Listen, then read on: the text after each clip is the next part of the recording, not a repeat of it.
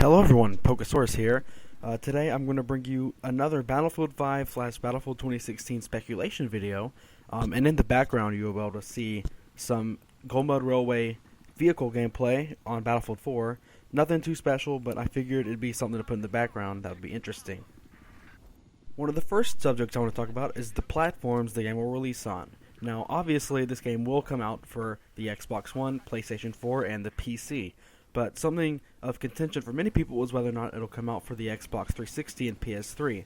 Battlefield Hardline and Battlefield 4 have both come out on the Xbox 360 and PS3. Battlefield 4 was a launch title for the new consoles, so it made sense for them to still make an Xbox 360 and PS3 version. However, Star Wars Battlefront, the last DICE game to come out, only came out on next-gen consoles and PC, and I think that because we're so far into this new generation cycle, that we will not be seeing a PlayStation 3 and Xbox 360 version of Battlefield 5.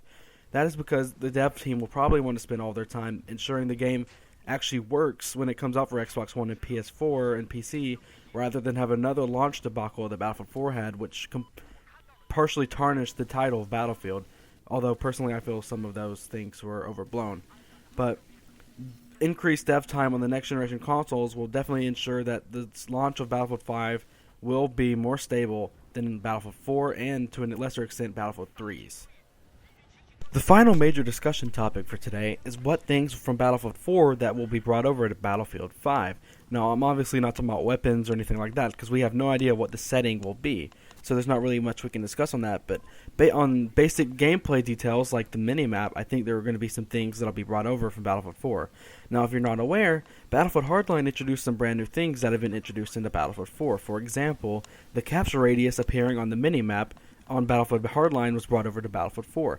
This makes it so that you can actually tell where you need to be when you're capturing a flag, and where enemies might be if they're contesting it. I think this is one of the greatest additions to the game series that they've had in a long time, and I'm surprised they didn't have it sooner.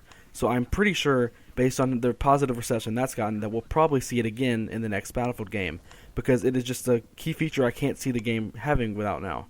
And also, as I mentioned before, the free DLC plans will probably be coming over as well. And I think that we might probably see Levolution continue like we did in Battlefield 4, because it is such a big marketing term you can use, but it's also interesting the way some maps use it. Of course, I don't think we'll see as much of a focus on it at this time, as they focus on it so much as Battlefield 4, that they won't make 20 Levolution trailers like they did during Battlefield 4's launch window. But that's generally how I see things coming up, and there's probably going to be some more things for Battlefield 4 coming over, but we'll have to see what the setting of the game is before we can make any more speculation on that. Another major discussion topic is how we will get information on Battlefield 5. Now, Battlefield 3 and Battlefield 4 had the same little system where they were announced in February or March of their respective years, and then we waited till about a couple months later to get some single-player gameplay, and then we got multiplayer gameplay at E3, did some more stuff like Gamescom, and then eventually the game comes out in October or November. Well, I think we'll probably be seeing the same thing this year. Now, according to previous systems, we will probably be getting information about the game within the next couple of weeks, because Battlefield 3 was announced in early February, and Battlefield 4 was announced in mid-March.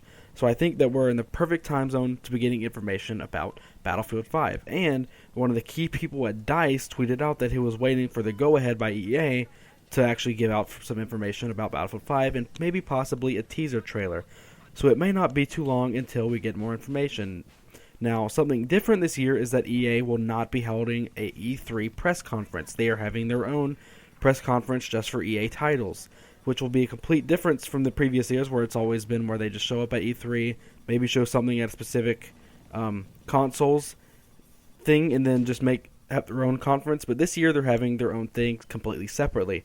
So we will probably be getting a lot of information there, and possibly some playtesting going on at that event. Sadly, I live across the country, so I will not be able to make it to one of those things, but we will likely see a lot of information come for that.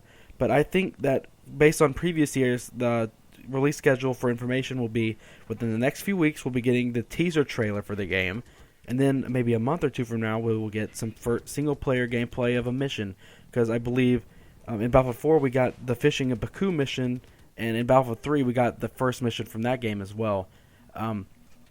But I think, and then at EA's conference we will get the first multiplayer gameplay, like we did for Battlefield 3 and Battlefield 4, in which Battlefield 4's case was Siege of Shanghai. So whatever big map with a big set piece or whatever will be revealed at this one. And I think over the course of the year we'll be getting more and more information. We'll figure out everything, what's actually happening in the game. But I think that within the next few weeks we'll have our information and we'll have a final solid piece of evidence to what the game will be, whether it'll be futuristic, World War II, anything like that. So here's hoping we get that information really soon, because I'm extremely excited for that, and I'm pretty sure you all are too if you're watching this video. That's about it for this discussion video, although hopefully within the next coming weeks we will get more information about Battlefield 5 officially, so that I can make some more discussion videos on what the game will be about. But other than that, thank you for watching. I appreciate the support you gave in the last video, and I would appreciate it even more if you could continue supporting it, and subscribing to my channel, liking it, sharing, whatever you need to do. I've also been editing my editing style a bit lately. As you can tell in the last Battlefielding episode, I have been trying out some new things ever since I got not Sony Vegas, Adobe Premiere. So you might see some more creative things going on in the videos now that I've upgraded from Windows Movie Maker. But anyways, thank you for watching. Great, can't wait to see you in the next video.